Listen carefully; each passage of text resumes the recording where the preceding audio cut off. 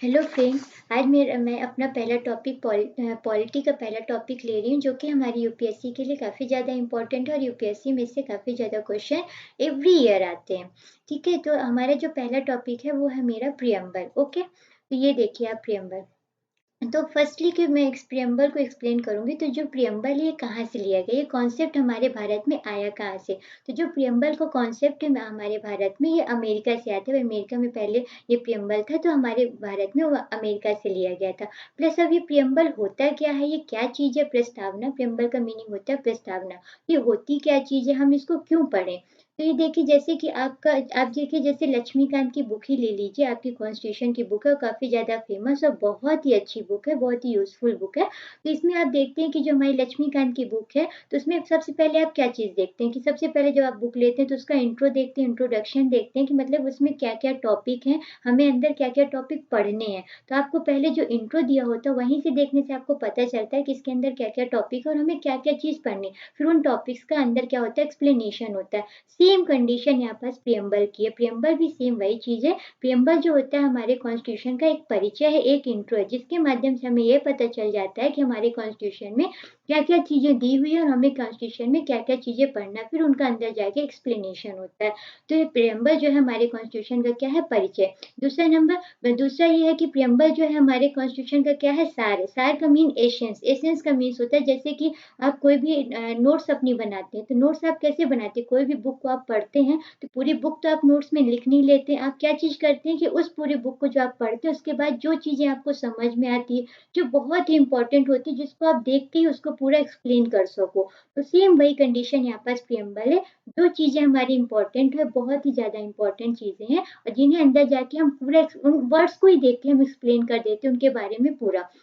तो वो क्या होता है, सार, एसेंस होता है। तो प्रियम्बल भी क्या है, हमारे कॉन्स्टिट्यूशन का क्या है, एसेंस, एक सार है। ओके, और प्लस ये जो प्रियम्बल है इसका ब्रीफ डिस्कशन है, मतलब किसका संक्षिप्त परिचय है।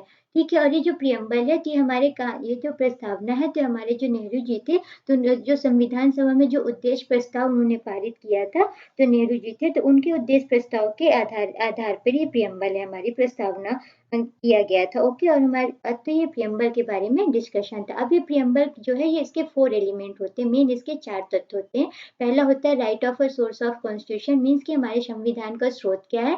सेकेंड है कि नेचर ऑफ इंडिया, मीन्स कि हमारे भारत की प्रकृति क्या है। Third is the object of a constitution, means कि हमारा कॉन्स्टिट्यूशन का उद्देश्य क्या है। और फोर्थ है हमारी कॉन्स्टिट्यूशन की डेट क्या है। तो यहाँ पास ये 26 नवंबर 1949। ओके, ये हमारा क्या है, ये तथ्य प्रियम्बल के। ठीक, नेक्स्ट मेरा, अब देखिए right of a source of constitution, means कि संविधान, जो हमारे संविधान का स्रोत क्या है। तो देखिए हमारे संविधान में आप जब प्रियम्बल पढ़ते हैं तो प्रियम्बल का फर्स्ट ही लाइन क्या लिखा है, we are the people of India, हम भारत के लोग। इट मीन्स कि जो भारत के लोग हैं, जो भारत की जनता है, पीपल है, वो ही क्या है, हमारे संविधान का स्रोत है। अब इससे आप कैसे समझ सकते हैं इसको, जैसे देखिए कि हमारे जो इलेक्शन होते हैं, तो इलेक्शन में क्या होता है कि जिनको हम जो पॉलिटिशियन होते हैं उनको हम क्या करते हैं, इलेक्ट करते हैं। और वो जो पॉलिटिशियन होते हैं वही जाके हमारे पार्लियामेंट में और असेंबली में क्या है, एक प्रतिनिधि के रूप में हम उनको भेजते हैं, वही वहां जाके प्रतिनिधित्व करते हैं। वो किसका प्रतिनिधित्व करते हैं, हमारा करते हैं। क्योंकि इतनी सारी जनता तो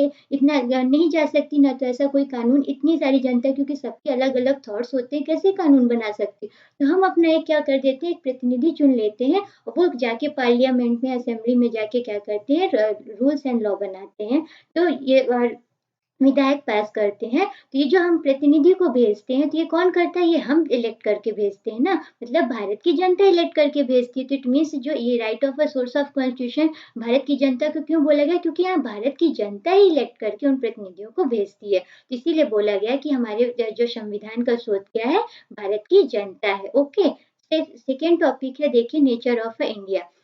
अब नेचर ऑफ इंडिया क्या है, तो नेचर ऑफ इंडिया देखिए 4 है।